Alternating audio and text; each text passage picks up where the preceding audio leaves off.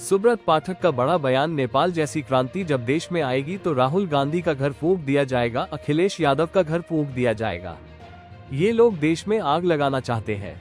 नेपाल, श्रीलंका और बांग्लादेश में जो हुआ, वहां की जनता भ्रष्टाचार के खिलाफ लड़ी थी। यहाँ कौन निकलेगा? यहाँ जनता भ्रष्टाचार बेईमानी के खिलाफ जनता नहीं निकलेगी, यहाँ देशद्रोही निकलेंगे। याद रखना, अगर देशद्रोही सड़कों पर निकलेंगे तो राष्ट्रवादी लोग इनको सड़कों पर दौड़ा दौड़ा कर मरेंगे। कांग्रेस नेता राहुल गांधी की प्रेस कॉन्फ्रेंस के बाद कन्नौज लोकसभा सीट से भाजपा के पूर्व सांसद सुब्रत पाठक ने राहुल गांधी के आरोपों को बेबुनियाद बताया है। सुब्रत पाठक ने कहा कि बम फोड़ने वाली ये कैसी भाषा है? ऐसी भाषा का प्रयोग तो आतंकवादी या पाकिस्तानी करते हो। इनका चरित्र दर्शाता है इस तरह की भाषा से।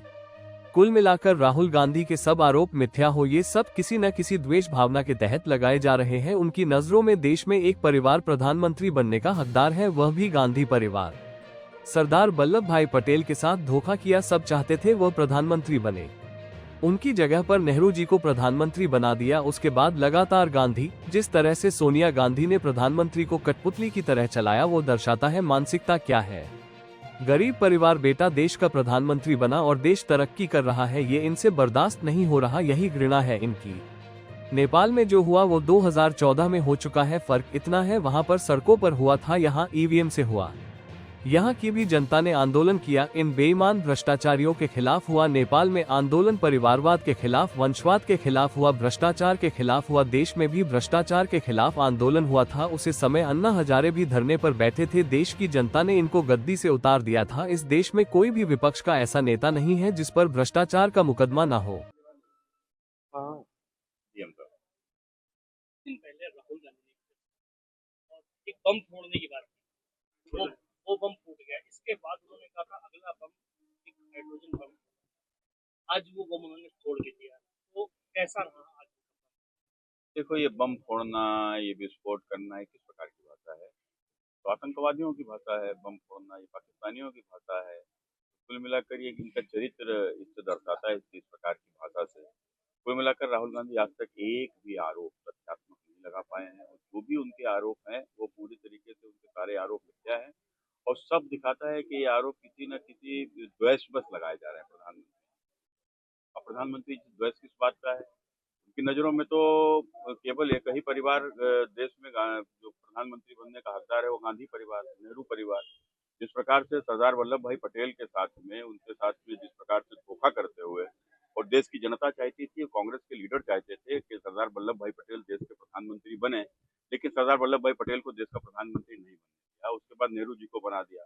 तो लगातार नेहरू के बाद इंदिरा, इंदिरा के बाद राजीव, राजीव के बाद सोनिया ने जिस प्रकार से देश के प्रधानमंत्री को एज ए कठपुतली चलाया, तो वो दर्शाता है कि इनकी मानसिकता क्या है। तो इसलिए एक गरीब, पिछड़े, चाय बेचने वाले का बेटा देश का प्रधानमंत्री बन गया, और जिसके नेतृत्व में देश तरक्की कर रहा है, शायद इनसे बर्दाश्त नहीं हो रहा है। यही घृणा है इनकी, जो लगातार इस प्रकार के झूठे आरोप लगाते हैं।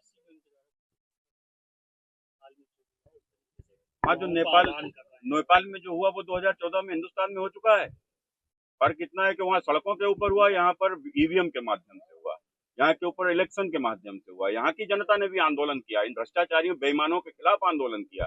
जिस प्रकार से वहाँ के ऊपर आंदोलन परिवारवाद के खिलाफ हुआ, वंशवाद के खिलाफ हुआ, नेपाल में आंदोलन भ्रष्टाचार के खिलाफ हुआ, तो हिंदुस्तान में भी आंदोलन भ्रष्टाचार के खिलाफ हुआ। सबने देखा था, जिसमें अन्ना हजारे भी बैठे थे, और उस आंदोलन का परिणाम था कि देश में नरेंद्र मोदी देश के प्रधानमंत्री बने। भ्रष्टाचार के खिलाफ नरेंद्र मोदी देश के प्रधानमंत्री बने, तो इस परिवारवाद के खिलाफ नरेंद्र मोदी देश के प्रधानमंत्री बने। तो कुल मिलाकर नेपाल जैसी जब क्रांति आएगी, राहुल गांधी का घर फूंक दिया जाएगा, अखिलेश यादव का घर फूंक दिया जाएगा। आप लिख लीजिए मेरी बात को। इनके सब के ऊपर, राहुल गांधी के ऊपर भ्रष्टाचार के मुकदमे हैं, अखिलेश यादव के ऊपर भ्रष्टाचार के मुकदमे हैं, लालू प्रसाद यादव के ऊपर भ्रष्टाचार के मुकदमे हैं। देश में कोई विपक्ष का ऐसा नेता नहीं है जिसके ऊपर भ्रष्टाचार के मुकदमे ना हो। देखो, ये लोग देश में आग लगाना चाहते हैं। उनको हमने कहा ना कि लगातार एक के बाद एक चुनाव हार रहे हैं। देश की जनता का जिस प्रकार से भरोसा नरेंद्र मोदी के ऊपर अटल है, वो कुल मिलाकर इनसे बर्दाश्त ही नहीं हो रहा है। समझते हैं कि देश की जनता तो इन्हें गद्दी सौंपने वाली नहीं, तो देश में कुछ इस प्रकार की आग लगा दो। लेकिन मैं आज ऑन कैमरा इस बात को कहना चाहता हूँ, नेपाल में, क्या नाम, बांग्लादेश में और श्रीलंका में जो कुछ हुआ, वहां की जनता निकली और भ्रष्टाचार बेईमानी के खिलाफ लड़ी। लेकिन यहाँ के ऊपर कौन निकलेगा? यहाँ भ्रष्टाचार बेईमानी के लिए जनता नहीं निकलेगी। यहाँ के ऊपर यदि कोई निकलेगा तो देशद्रोही निकलेंगे, और याद रखो, यदि देशद्रोही यहाँ के ऊपर सड़कों पर निकलेंगे तो राष्ट्रवादी सड़कों पर दौड़ा दौड़ा कर मारेंगे, अगर इस प्रकार की किसी ने भी हिम्मत की।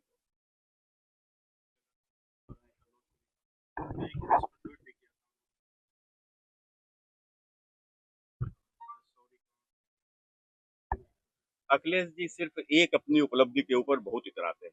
उपलब्धि उनकी क्या है, तो उन्होंने जो ये एक्सप्रेस वे जो बना दिया, अभी तो एक्सप्रेस वे को उन्होंने कितना बनाया, एक एक्सप्रेस वे बनाया तो कौन एहसान कर दिया, तुमसे पहले के एक्सप्रेस वे को मायावती जी ने बनाया था। लेकिन उसके बाद भारतीय जनता पार्टी की सरकार बनी, Bundelkhand express way, Purvanchal express way, Ganga express way, और जिस प्रकार से वो गाजियाबाद एक्सप्रेस वे, और जिस प्रकार मेरठ एक्सप्रेस, कितने सारे एक्सप्रेस वे बने हैं, कितने सारे। ये आपका जीटी रोड देखो, शानदार एक्सप्रेस वे में बदल गई है।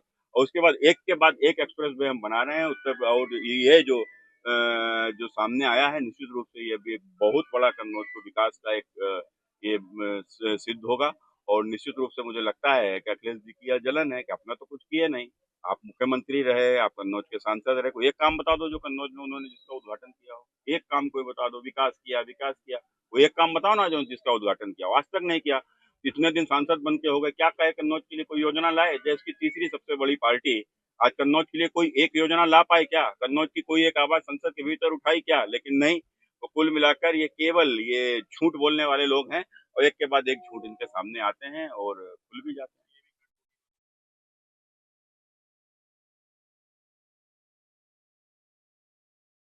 ये बात है, भूलना भी नहीं चाहिए, लेकिन उनको यह भी सोचना चाहिए। तो फिर वो ये चुनाव आयोग के ऊपर सवाल क्यों खड़े करते हैं?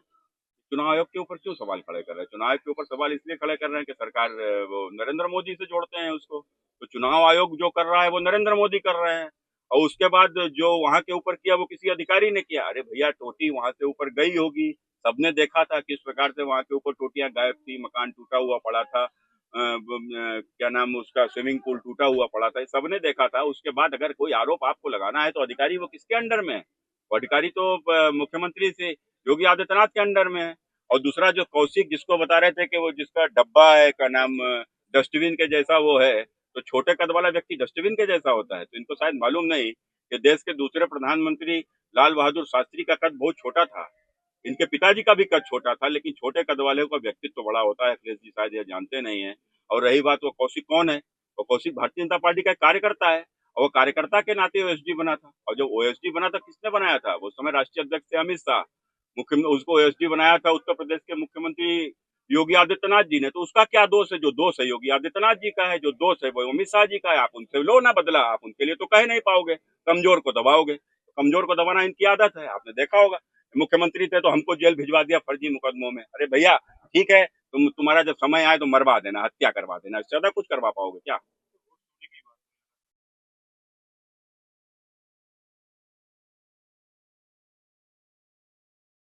देखो, अब यही तो है ना, तो हमने इसीलिए बात पे बोलते हैं कि उल्टा चोर कोतवाल को डांटे। वो अखिलेश यादव जब वोट चोरी, लोकतंत्र की हत्या जैसे सवाल उठाते हैं, तो सिवाय हंसी के कुछ आता नहीं है।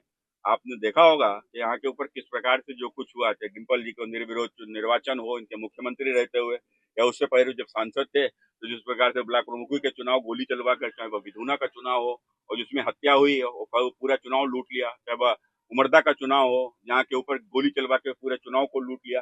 तो देखा था ये लोकतंत्र से किस प्रकार का ये प्रेम करते हैं।